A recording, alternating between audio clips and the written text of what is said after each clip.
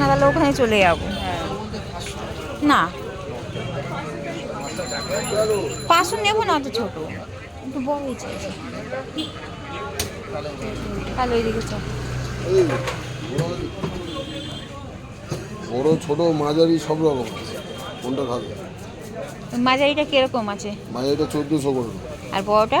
বড় দিলে 2200 করে, বড় 1 কিলো 250-300 রয়েছে, আর ওইগুলো 700-800 করে।